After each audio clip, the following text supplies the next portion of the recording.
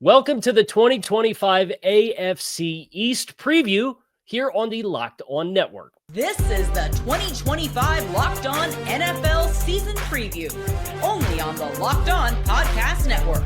Your team every day. What's going on, everybody? Welcome to the 2025 AFC East divisional preview here on the Locked On Network. I am Kyle Krabs of Locked On Dolphins. I'm joined by John Butchco of Locked On Jets, Joe Marino of Locked On Bills, and Nick Cattles of Locked On Patriots. And we're here to set the stage for the 2025 season in the AFC East, a division that as of late has been owned by the Buffalo Bills. So, Joe, put your earmuffs on. Can you mute those headphones? Yeah, there you go. That's great. We're going to spend the first portion of the preview talking about the Buffalo Bills in particular. They are, according to FanDuel Sportsbook, the heaviest odds-on favorite to win their division of any team in the NFL this year. They are listed at minus 270 on FanDuel Sportsbook. That's quite a large percentage tilt towards the Buffalo Bills. And Joe, I'll actually let you start things off so we can get you out of the way here early. The Buffalo Bills will not win the division in 2025 because of what? Josh Allen got injured and Mitch Trubisky's the starting quarterback. I think that's the most likely path for that to happen. I think there's a level of performance that we expect from the Bills under Sean McDermott and Josh Allen that they're going to be a tough team to bounce. And so I do think that there's a lot about the Bills that needs to continue for them to maintain their success. And I think nothing is more important than Josh Allen's availability. But the other reason would be that one of these other teams catches lightning in a bottle, whether that's New England in year one of Mike Vrabel and Drake May and the ceiling that he has to develop into. Certainly the Dolphins have been the closest team. If Tua's healthy and that defense can come together, we know that they can be an explosive offense. That would be a challenge. They've taken the Bills down to the last week of the season before. And then for the Jets, can they be this physical team that's going to play bully ball, that can run the ball, play good defense, and, give themselves a chance to win games? So, those things could happen. But if it's about the Bills, it's about Josh Allen and his durability. And if he remains, with his consecutive start streak, the longest in the league, I think that'll give the Bills a really good shot of winning this thing again. Now, Nick, I want to give you a chance here because New England favored in a lot of games this year. And talking about Mike Vrabel coming in and what the coaching staff looked like last year versus what the expectation is for the coaching staff looking like this year under Mike Vrabel. Talk a little bit about your outlook for New England to be that team that could catch lightning in a bottle and maybe chase down the Bills in the AFC East. Well, I think Joe nailed it. I mean, if you look at the Bills, it might be boring, but it's the truth. It's the reality of the situation. If Josh Allen's out there, they're going to win the division. But for the Patriots to catch lightning in the bottle, as you asked, Kyle, is the idea of Vrabel has this ability to get more out of a team than he should if you just look at the roster. That's kind of his reputation throughout the league. And the Patriots have upgraded in a bunch of different spots. The problem for them is they were so bad last year. I find it hard to believe that you couldn't upgrade on so many spots. So, I mean, I trust Vrabel more than the other coaches in the division. I think he's, McDermott is good. I think Vrabel is good. I think if you gave Vrabel a Sean McDermott roster, Vrabel could probably win with a Sean McDermott roster like Sean has. So I would put Vrabel ahead of easily the two other coaches in the division.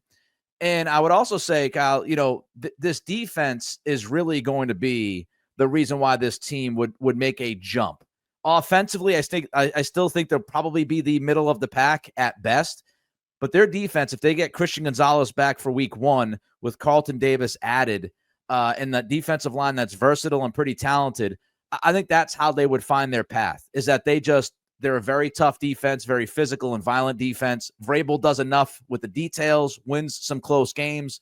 The upgrades on offense give them just enough, especially in the red zone. And they somehow, some way find a way to win 11 games, which I find hard to believe. But you ask me for the path, that would be the path. John, I'll kick this to you here now, where the Jets, really interesting team to forecast. And we're talking about potentially catching lightning in a bottle. And there's a lot of new from the top down within this organization, from the general manager, the head coach, the coaching staffs, the quarterback. How do you perceive New York's ability to catch lightning in a bottle this year? And what does the pathway look like for doing that, and any other avenues in which you see the math potentially working out to challenge Buffalo? I think that the pathway is somewhere between narrow and non-existent for the Jets to win the division this year. I think for the Jets, the goal is not really that big season. This is a very different training camp than they had in 2023 and 2024. Those years, they went all in to try and win a Super Bowl around Aaron Rodgers, which, as we now know, and as I think a lot of people that were being honest would admit, was a really flawed plan, and there was a really narrow pathway for that. And the Jets borrowed a lot of future resources. They pushed a lot of cap hits to 2025. They sent out a lot of draft picks along the way of players who could be here developing. So I don't think the division is really a realistic goal for the Jets this year. I think Joe was right. The only way I see Buffalo not winning this division is if something happens to Josh Allen. But even if that happens, I mean, I think New England is there. I think New England's a really intriguing team with Drake May and Vrabel now running things. I really don't see a realistic way for the Jets to win the division this year. They have some good top-end talent. The pieces are there for this to be a better team than people expect.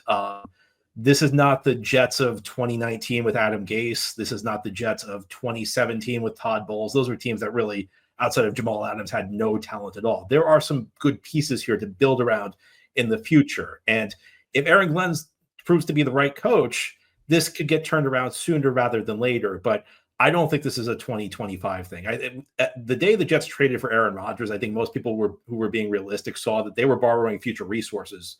And one of the most common comments that was made at that point was, Jets are going to be bad in 2025, so they better make it happen in 2023 and 2024. That obviously did not happen. Now we're here in 2025, and it's really a reset year for the Jets. This is not a year where the team has realistic hopes of winning the division. What's an interesting foil there is where the Miami Dolphins are at as a team that comes in with pressure on the general manager, pressure on the head coach. It's year 4.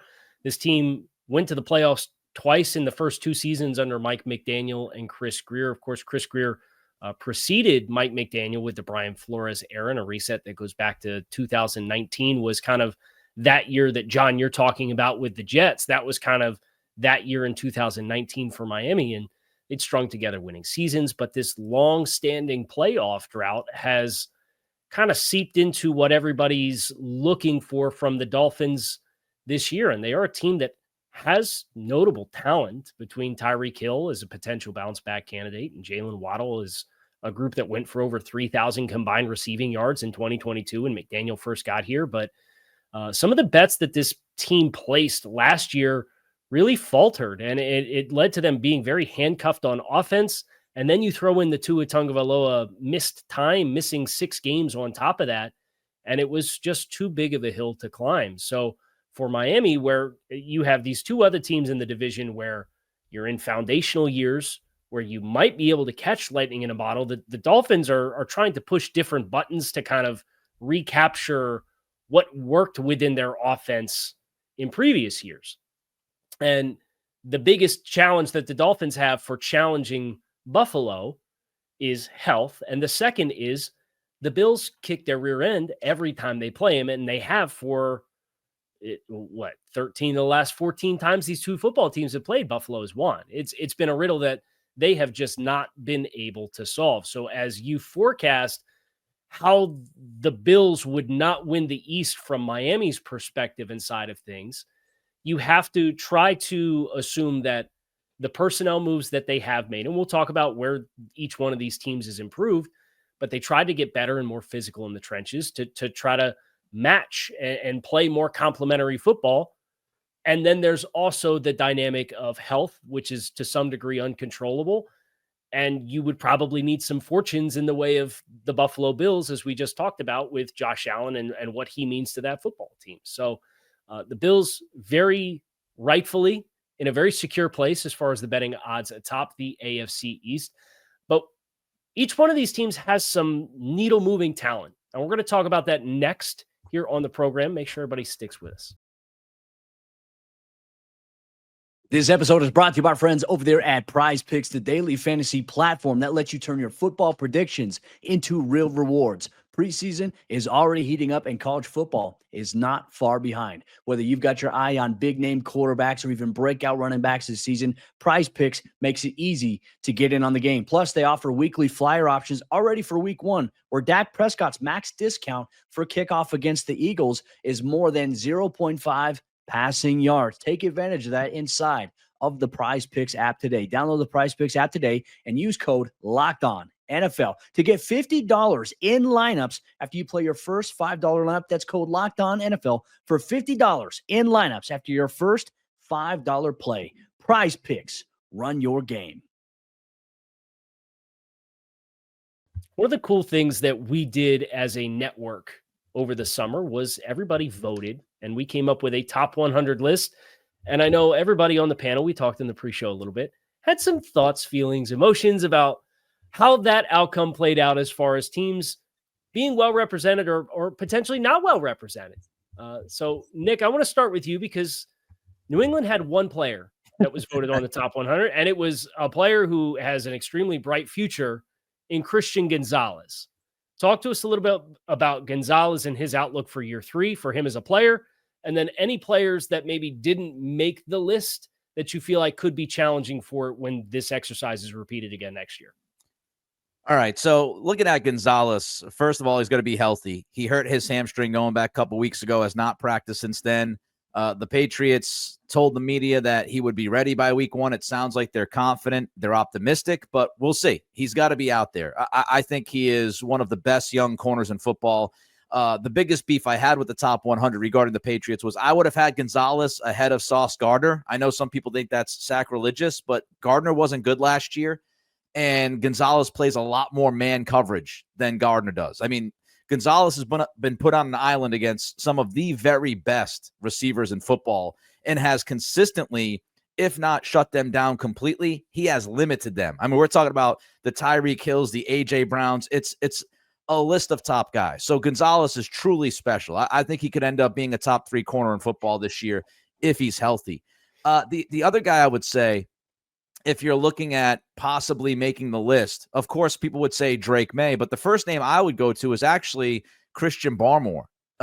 He was out last year with blood clots, came back, then had to leave again with blood clots. He's had a terrific camp. The Patriots have managed him. He has the talent to be one of the better interior defensive linemen in football. And of course, he's next to Milton Williams. I think he's a better football player than Milton Williams, but he's got to stay healthy and he's got to keep that motor running. So, May and Barmore and Gonzalez, that is most of that core. And I'll throw a wild card out at you. I don't know if he's going to get the opportunities or not, but Travion Henderson is an impact rookie, and there's a lot of excitement around him, and for all the right reasons. And I think that guy can impact an offense immediately, and I think he's going to be one of the most critical weapons in the entire division offensively for any of the 4 teams. So I think Henderson could have a shot on the very outside of maybe surprising some people. Joe, I'll go to you next. You had 2 represented here. John, you're going to go last because the Jets got 3 voted into the top 100. But Joe, you had the highest ranked player in Josh Allen, ranked as the 3rd best player in the NFL top 100 per the Locked On panel. Christian Benford comes in 81st on this list, and very proud to see Christian Benford on there as somebody who I don't think it maybe gets the accolades nationally that he maybe deserves. Talk a little bit about each one of those 2, and then any omissions that you took particular exception to. I know you've got at least one. Yeah. Boy, Nick coming in strong saying he'd have Christian Gonzalez above Sauce Gardner. Well, I'd put Christian Benford above Sauce Gardner too, but I had all 3 on my ballot. I will say that. I don't want to split hairs over the Josh Allen thing. I think he's too low at number 3. I think case in point is the only other player is a cornerback, and this team went to the AFC Championship and took Kansas City to the brink. I think that tells you everything you need to know about Josh Allen. I was very happy to see Christian Benford on this list. Allowed fewer yards per coverage snap than the defensive player of the year last year in Patrick Surtain on a pass defense that was pretty shaky in Buffalo last year. But not having Deion Dawkins on this list or Spencer Brown, something I cannot reconcile and I cannot understand. Dawkins has made the last 4 Pro Bowls. I know that's not the end-all, be-all, but this Bills passing game is really unique. The Bills run the highest percentage of 5-man protections in the NFL by 7% above the number 2. That means nobody gets any help. These tackles are on an island all the time. Oh, by the way, it's a top 5 rushing offense, however you want to measure the success of a run game. And a lot of that's rooted in these tackles executing longer pulls. So for Deion Dawkins and Spencer Brown to be left off this list makes me ask a lot of questions about why, who doesn't know what's going on here? Because I think those are great exceptions. I think you can talk about James Cook, you talk about Greg Rousseau, you can talk about Terrell Bernard, but to me, there had to be a spot for both Deion Dawkins and Spencer Brown. And it's good to see Benford get the recognition. And of course, Josh Allen's high on the list, but should have been a little higher. Miami checked in here with 2, one of which did not play a single down last year, which to continue to roll through that theme of availability for the Miami Dolphins. Tyreek Hill at 25, Bradley Chubb at 94. Chubb should be a big addition back for the Dolphins. And I think the interesting piece of this is they've now added Matthew Judon in the final week of training camp to go with former first-round pick Chop Robinson and former first-round pick Jalen Phillips, who played in 3.5 games last year. How do they choose to implement a group of 4 on the edge like that? I think will be really interesting. And if I had to pick an edge to be in this top 100 next year, it probably would not be Bradley Chubb, who took a pay cut to stay in Miami. Chop Robinson, after his rookie season where he was an absolute monster through the back half of the season, he really struggled in the first half. And it was about week 8, week 9 was kind of where you felt like the light bulb came on for him. And he looked like a different player. I think that's a player for Miami that I would be looking for to get accolades, but there's a lot of potential sharing of pressures and sacks of opposing quarterbacks. And the Dolphins are putting an exceptional amount of pressure on their front 7 to do the heavy lifting this year when you consider what their cornerback room looks like and the questions that exist there. I'd say Zach Sealer is one of the more underrated interior defensive linemen in all of football. He got a new contract extension, and that in and of itself was an accomplishment because the Dolphins didn't pay anybody long-term money this offseason after they paid everybody long-term money last year. Sealer gets a 3-year, $60+ million contract extension. I think it ended up being 64 was the base value with incentives then stacked on top of that. I think Sealer has a great chance, double-digit sacks in each of the last 2 seasons, and he's a really good run defender to be on this list again next year. And I probably would not pick Tyreek Hill to be the most likely Dolphins wide receiver to be on this list next year as well. Tyreek missed all of the offseason program. He missed all but 2 weeks of training camp. And the Dolphins have been bracing for amidst what the end of the year looked like, in which Tyreek Hill voiced potential doubt in wanting to be there. Jalen Waddle's gotten all of the reps as the marquee option in the passing offense for all of the offseason program, all but 2 weeks of training camp. He has the pre-existing chemistry with Tua Tagovailoa. Tua Tagovailoa, in talking about Tyreek Hill, as recently as the 3rd week in training camp, said, we got different personalities. You can't just say what he said and then walk it back. He's got some work to do, and we're working on it. I think Jalen Waddle's primed for a huge year, and that potentially comes at the expense of Tyreek Hill having 150+ targets, 170 targets like he did his first 2 seasons in Miami. So I think this list for Miami will look very different next year.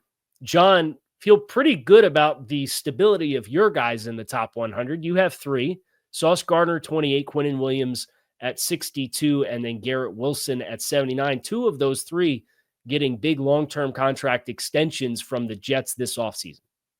It's really funny because I know 2 of my colleagues just here said that they had corners that should be ahead of Sauce Gardner, where my biggest issue was Derek Stingley finishing ahead of Sauce Gardner on the list. And I'm not here to defend Sauce Gardner's 2024 season. It was clearly a step down from what he did his first 2 years in the league. But my question when that happened, Stingley went ahead of Gardner, was, is this a list of performances in 2024, or is this a list of the best players right now? And I think when your first 2 years are as good as Sauce Gardner's were, you should get a pass for maybe a down year in 2024, which, by the way, was still better than most corners in the NFL are capable of performing. But I was somewhat surprised when I first saw the list and noticed that the Jets had the most top 100 players in the AFC East.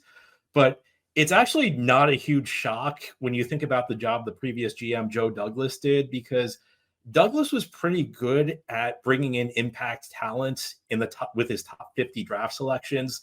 There were some misses. Obviously, Zach Wilson was a really notable one, but he actually did a really good job hitting on his first on picks in round 1 and round 2. Where he really struggled was building depth and hitting round 3 through 7. He was not very good at finding role players. And that's one of the issues with the Jets this year. The Jets are not projected to be a bad team because they lack top-end talent, as I mentioned before, the way they did maybe under Adam Gase or Todd Bowles. Their issue is that they really can't afford to suffer any injuries, and they don't have any guys backing up their stars. I thought the list was fair to the Jets. I didn't really see anybody who belonged who was not part of the list.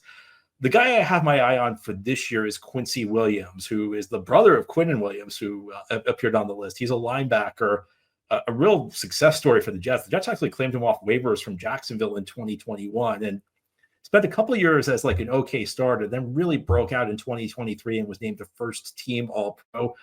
He's in a contract year, so he's going to be plenty motivated. But I also think he's a really good fit for Aaron Glenn's defense. Glenn likes to blitz his linebackers a lot. Williams is extremely fast. I see him blitzing a lot off the edge, using his speed. I think he could be a 4 to 6 sack guy this year, in addition to providing great run defense and solid coverage. So that's the guy I have my eye on for next year. But other than that, I mean, when you lead the league when you lead the division in players on the top 100 list, you're probably not going to complain all that much.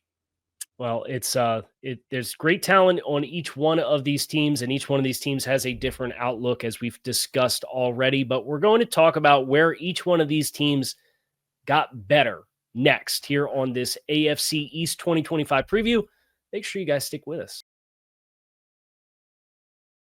Today's 2025 NFL season preview is brought to you by our friends over there at FanDuel Sportsbook. And as you all know, FanDuel, they are America's #1 sportsbook. And right now, with the NFL season right around the corner, they want to get you in the game with an offer that you simply can't miss, because new users can bet just $5 and win up to $300 in bonus bets if your first bet wins. And you can use that all across the app for NFL season futures. You can even go through what I do on my Sunday morning routine. I like to pull up my phone, go into the FanDuel Sportsbook app, and then I'll go through the morning games. I'll pick all the money lines, and then the primetime slate, I'll go through and I'll do player props and parlay them together inside of FanDuel. That's part of my routine. But FanDuel, once again, wants to make sure if you sign up today as a brand new customer, you bet $5, your first bet wins, you'll get $300 in bonus bets guaranteed. So make sure you check it out. Are you ready to play? Download the FanDuel app now by visiting FanDuel.com to get started. That's FanDuel.com.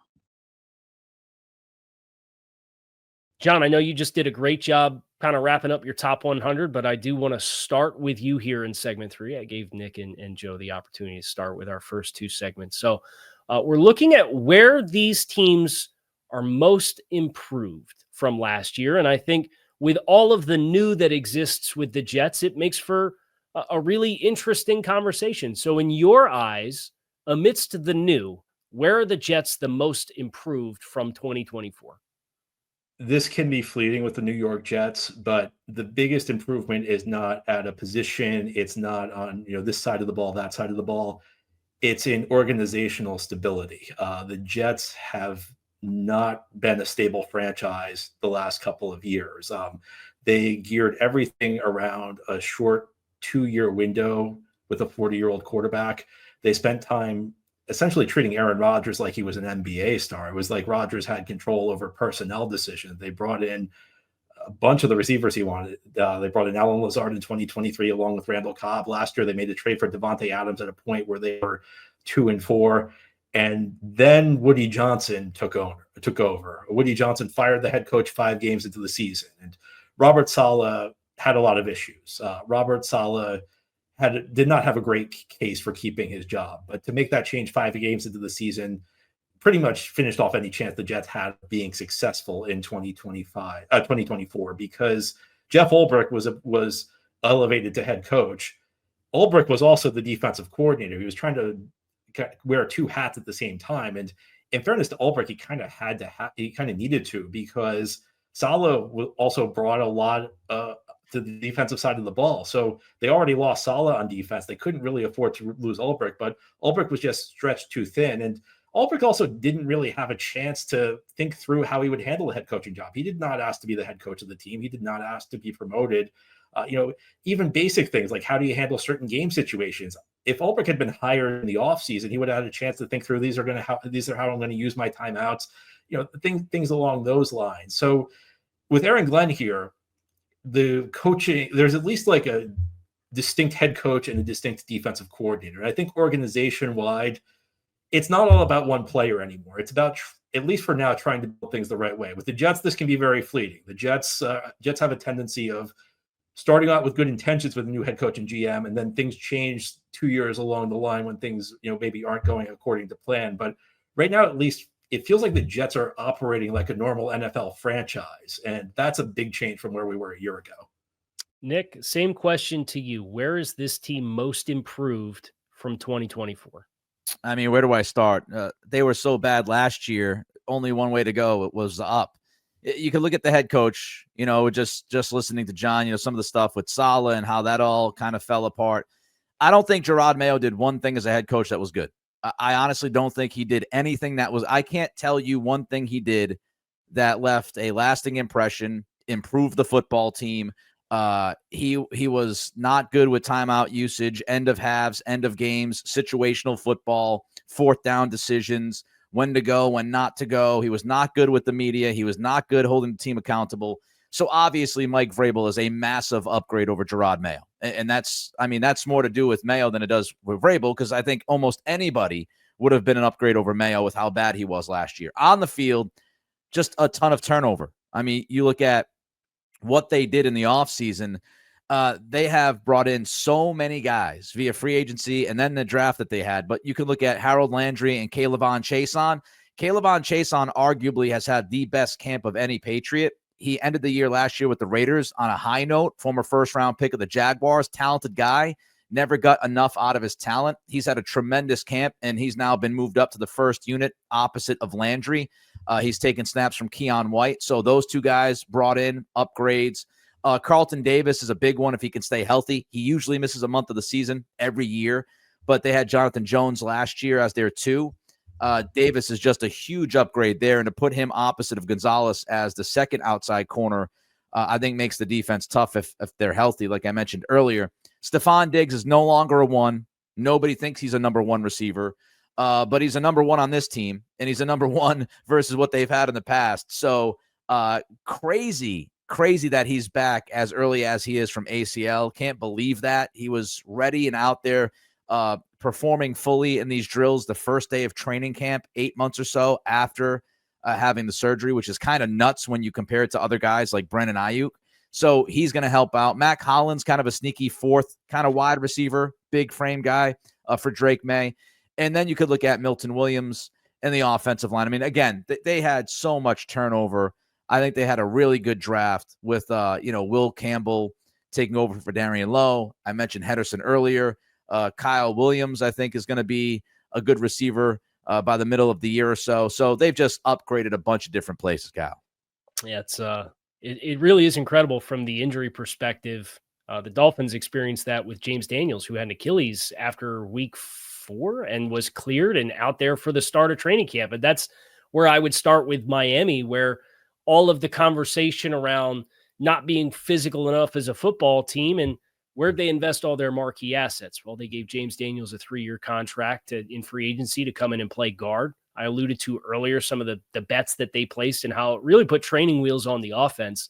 The interior offensive line play was catastrophic for the Dolphins last year. So they signed James Daniels. They trade up and draft Jonah Sabayanaya from Arizona to play the other guard spot. It's given them a lot more diversity as far as guys that are athletic enough to run their outside zone scheme, but also have the displacement ability to run some gap scheme and help create gaps. And there's been some spotlight on the Dolphins in the preseason about their short yardage opportunities that popped up against Chicago with the starting offense. But those failures came from the tight ends and wide receivers on the fringes for blocking. I think this interior offensive line for Miami is a big step forward from what it was last year. And then on the defensive side of the ball, it's Kenneth Grant with their first-round pick. It's Jordan Phillips as a fifth-round draft choice who looks like he could be a starting nose tackle for this team soon before long. They drafted Zeke Biggers in the 7th round as another 330-pound, long, kind of developmental base end type player, and looks like he's going to make this football team. So those trench investments on the interior for Miami, and then the chemistry experiment. There was a story that came out for The Athletic that spotlighted more than half of the Dolphins' fines for being late last year were from 5 individual players on the 53-man roster. And 4 of those 5 players are gone. The 5th player was Tyreek Hill, who has kind of had the come to football Jesus about his landscape as a player who had a down year and was coming off of an injury and is owed a lot of money and has no guaranteed money left after this year. So he's changed his tune. The Dolphins certainly cognitive. And as we alluded to, Tyreek's not in the position to be kind of the central main character of the Dolphins offense this upcoming year. So I think those are the 2 phases for Miami. Mike McDaniel subscribes in a player-led locker room. He needs to be better as a leader of this team, but they also chose selectively who were the players that were going to be at the forefront of the locker room, and they feel like they've got right players in those shoes as compared to highly paid, highly compensated, highly comfortable players that were used to doing things elsewhere and imposing that on what the Dolphins were trying to do last year. Joe, where the Bills is... You're going to tell us about the front 7, but man, I wish I was talking about getting better when I'm averaging 12 and a half wins over the last 5 years or so. Well, listen, first of all, who was this receiver Nick was talking about? I'm unfamiliar with that guy. Yeah.